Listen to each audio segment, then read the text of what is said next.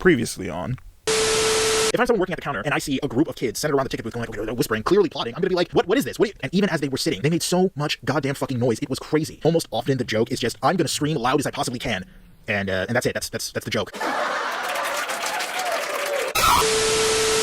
So, I don't actually have like a weird bit to segue into this video with. The theater where I went to go see Wicked was actually pretty okay. I'd gotten there just in time to skip the pre-show Nuvi stuff. Don't get me wrong, we stan our movie mommy, Maria Menounos, but kind of hate it and it's a little cringe sometimes. And I was able to get right to the trailers. Now, most people are totally fine skipping the trailers for movies and want to get right to the actual film, but not me. I genuinely do like seeing what new stuff is coming out and turning to my girlfriend and jokingly saying, we're going opening night for everyone. She kind of scoffs and is like, no, we're not, but we are. We definitely are. However, this time, watching the trailers was a rather magical experience. See, what I didn't know at the time was that I was secretly in the presence of a fortune teller. That's right, folks. Hidden amongst the crowd, conveniently for me, literally right behind me, was a powerful psychic medium. And how grateful was I to be in the presence of such divine power. Like I said, I normally would wait with anticipation for what new releases were coming out that I didn't know about or already see on YouTube. But who needs to be surprised, right? I never realized how anxiety-inducing just sitting quietly and watching trailers could be. Lucky for all of us, we had Doctor Strange here to peer into the future with the Eye of Agamotto and very loudly announce the next trailer we were going to see before it even started. It must have taken a lot of energy to make his vision a reality because he had to yell the name of the movie over and over and over, but what do I know? I'm but a simple mortal, in no way versed in the ways of the mystic arts. His power just overwhelmed me. So by pure instinct, I just turned and attempted to silence him. But that didn't stop him. The mighty sorcerer could not be deterred, for he had great power. Power as great as the mighty Wizard of Oz himself, and the most amazing... I swear to God, I genuinely fucking hate kids sometimes.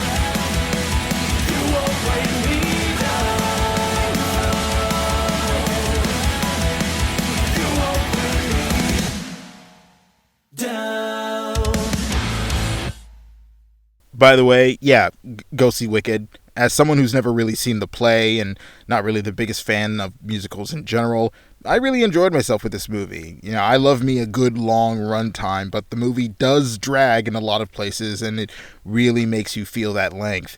But the performances are great. Ariana Grande is surprisingly really entertaining, and Cynthia Erivo absolutely kills it. Like there was ever really any doubt about that. But yeah, it was a kid. Because of course it's a kid. It's always a kid. Just an annoying-ass kid and his friend who for some reason thought it was funny to just yell what trailer would be coming next, and even as it was playing, going like, oh, it's this trailer! It's this trailer! They're playing the Minecraft trailer! Play the Shadow the Hedgehog... Fuck, no. Shadow the Hedgehog. Play Sonic 3! Play the Sonic 3 trailer! And that was fun. It was just so fun. Oh, and I guess I kind of lied about my theater being fine. I mean, it totally was, when the child psychic wasn't still talking like the theater had turned on audio description, and on top of that, pulling out his phone and watching a goddamn YouTube video as the film was playing right in front of him. Mind you, we weren't in the back of the theater, we were in the first 2 rows of a Dolby screening, which means 2 things. One, that there was no way the kid couldn't see that he was in front of the screen and watching a movie, and 2, in order to hear his video that he was playing on his phone with full brightness, he had to turn his phone's volume all the way up. He eventually stopped all of that though, thank God. But no thanks to the parent who was sitting right next to him because he was fast asleep, just straight up snoring like a log. Gladiator 2 wasn't as annoying as all that. All I had in that one was a woman who was snoring to my left as the trailers ended and the movie began. Didn't even get to the second act on that one. And a dude to my right providing commentary for an older man he was with. I wasn't really sure if the man was blind or anything. Spoiler alert, he wasn't. Literally after the movie, he just strolled out, walking like normal.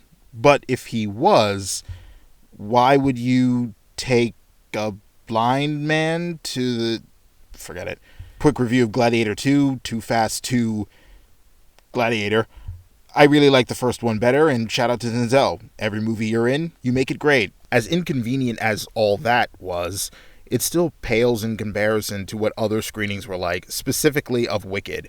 I mean, the Broadway show was, and I think still is, one of the biggest and most popular shows in Broadway history. It's gained a steady fan base from its debut in 2003, which of course means for the feature film adaptation of the play, there'd be very eager fans.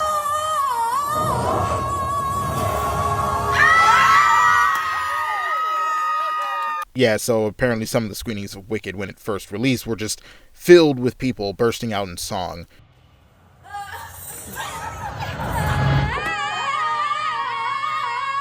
Shut the fuck up.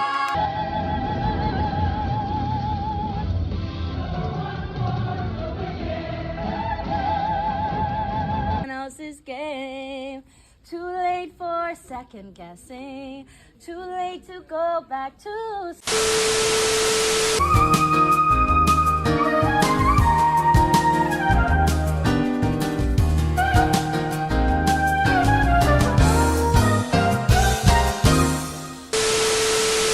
Which I can understand to a certain extent. It's a very popular music. God damn it. I have to stop doing that. If I say it one more time, I'm going to accidentally summon Ariana Grande, and she's going to drag my ass to hell. And the songs are iconic. You're going to get some diehard fans in some screenings, and they're going to be swept up in the magic and the whimsy.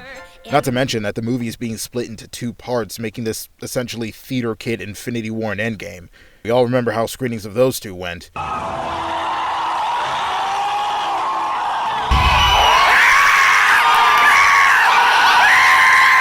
But I mean, holy hell, I get hype for a movie, trust me, I do, but are we really letting fan hype overwrite our capacity for just basic human decency? I mean, it's bad enough we have people in normal movies not knowing how to act. We definitely don't need to watch Wicked and add more fuel to the fire by having people act like Rachel Berry. No, not Lea Michele, specifically her character from Glee, Rachel Berry. Though, I guess it still works, right? Because, like her character, Lea is also apparently really annoying and kind of sucks to be around. Used to be just sort of unlikable, but now I pretty much feel like punching you every time you open your mouth. But hey, look, it's not all that bad. We do have people who preemptively combat those who want to flex their vocal range and get some likes on social media. Hey, ladies, remember, this is not a sing-along. This is not a sing-along. I'm here to hear Cynthia and Ariana sing, not you. And for the most part, I've seen people wait until after the movie was over to do any kind of singing. Plus, apparently AMC are doing special sing-along screenings of the movie, and on Christmas Day no less. My girlfriend says she wants to stay far away from that, but I don't know. I kind of want to go. For the culture, you know? And also to feel what it's like when an entire room of theater kids try to hit the same one note from Defying Gravity at the same time. The frequency generated could open a portal and shove us all to another universe. Or it could just shatter my eardrums and make it bleed. I don't know. It could do both. Point is, we're all here to have fun and enjoy a fun, whimsical musical, but please let's not ruin the fun or the magic for your own momentary glory. It's not worth it. Just wait until the end of the month for the sing-along, and then you can go wild with all the other theater kids, and no one would care. You'd be a much more likable person just for chilling out like everyone else and letting people enjoy the film in peace. Dare I'd say you'd be pretty popular. Wait. Oh shit, that's 3 times. I said it 3 times.